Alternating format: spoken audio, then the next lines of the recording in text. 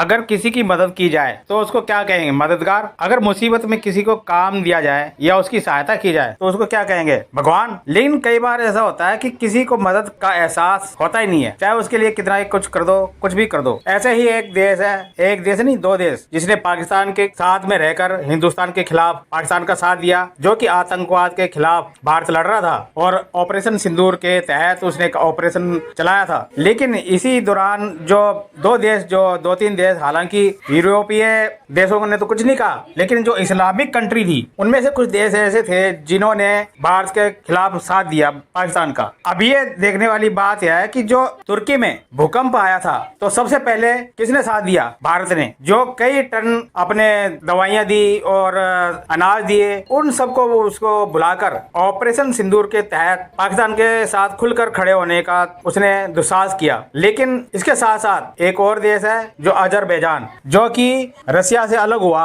और अब वो कोई देश इतना बड़ा भी नहीं है, लेकिन वो उसने क्या करा, अजरबैजान को भी उसने सहायता प्रदान करी थी, जो इसके वहां पर कोरोना के टाइम में और चीजों के टाइम में भी। हालांकि तुर्की का भी कोरोना के टाइम में काफी सहयोग किया था भारत ने, लेकिन फिर भी आखिर ऐसा क्या उसने पाकिस्तान ने क्या खिला दिया कि जो इसने इसका पाकिस्तान का साथ दिया और भारत का नहीं? ये सोचने वाली बात है। जो जितने ड्रोन दिए गए थे, भेजे गए थे, पाकिस्तान ने खुलकर साथ दिया उसका तुर्की ने, और उसको जो भी ड्रोन भेजे गए थे वो सब मेड इन तुर्की था। अब ये देखने वाली बात है कि कौन दोस्त दोस्त ना रहा, प्यार प्यार ना रहा। ये वाली जो है ना संगम फिल्म का गाना, वो इसके इन दोनों के ऊपर फिट बैठता है। अब ये तुर्की जो तुर्की हो गया, उसका था आतंकी ड्रोन, पाकिस्तान के तुर्की के थे सारे, जिसने पाकिस्तान की मदद करने के लिए जंगी जहाज, ड्रोन, हथियार भेजे। दूसरा एहसान फरोमोश देश है अजरबैजान, जिसने भारत ने मुश्किलों में साथ दिया। ये देश भी भारत के एहसान भुलाकर पाकिस्तान के भाईजान बन गए। इसी वजह से लाखों भारतीय इन दोनों देशों से चिढ़ गए। सबक सिखाने की बात हो रही है। इन दोनों देशों की गद्दारी की वजह से भारत में बायकाट, टर्की बायकाट, तुर्की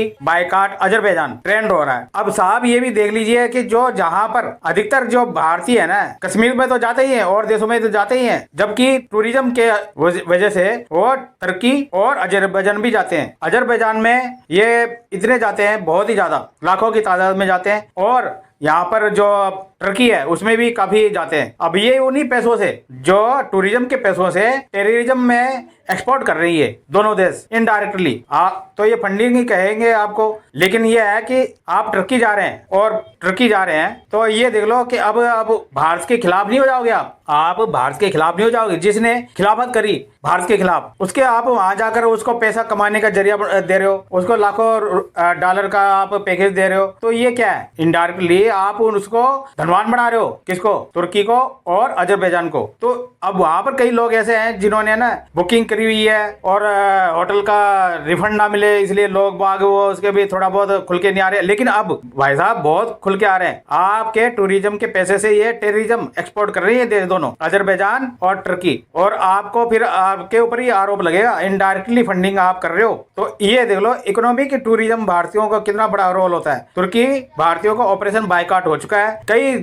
कई जो देश के नागरिक है इन देशों का बहिष्कार कर रहे हैं। और मालदीव को फिर एक उदाहरण देख लो मालदीव का। जो मालदीव जिसको भारत ने कोरोना के टाइम में और जो मुसीबतें आई थी भूकंप के टाइम में, और वहां पर तो मालदीव को क्या हुआ कि उसने काफी भारत ने काफी उसको सहायता प्रदान कर दी। और भारतीयों की ताकत देखो आप, जिस मालदीव को कई अब ऑनलाइन ट्रेवल प्लेटफॉर्म की जो अब ये है माई ट्रिप, मेक माई ट्रिप, उसने है ना क्या करा, तुर्की के लिए फ्लाइट, होटल बुकिंग वगैरह ये सब बंद कर दिए। ऐसे बंद कर दिए कि जो बने हुए थे ना, पहले बुकिंग हो चुकी थी, वो भी रद्द हो गई। और यहाँ से के जो भारत के व्यापारी है वो उन्होंने क्या करा, अब जो भी सामान आता था ना तुर्की से, जैसे कि सेब, करीब 800 करोड़ रुपए तक का ने सालाना इसका सेबों का वो था वो व्यापार। और दूसरा कालीन का था, और तीसरा मार्बल था, जो कि सबसे ज्यादा वहां से ही मार्बल आता था यहाँ पर। हालांकि राजस्थान का भी मार्बल वो आता, लेकिन जो वहां से इंपोर्ट एक्सपोर्ट होता था मार्बल का, वो करीब 2500 से 3000 करोड़ रुपए के बीच का था।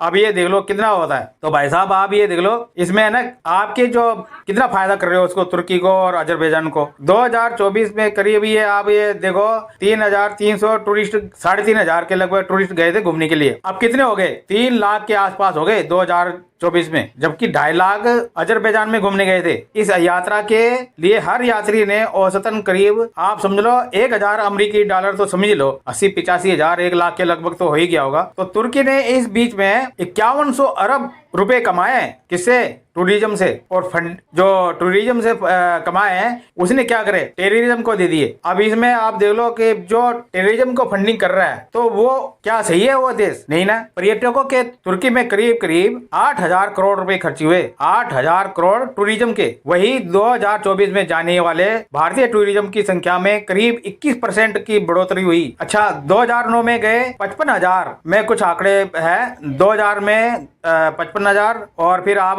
ये देख लो यानी 55,000 से 23,000 2,31,000 हो गए।